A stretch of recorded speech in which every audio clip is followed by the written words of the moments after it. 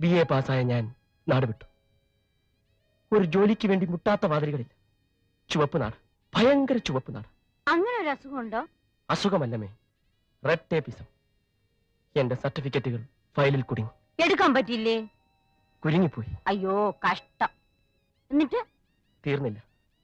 ഇടി വെട്ടിയവനെ പാമ്പ് കടിച്ചു. എവിടെ വെച്ച്? ഒരു പഴഞ്ചൊല്ലി പറഞ്ഞതാണ്. ആഹാ, അത് ശരി.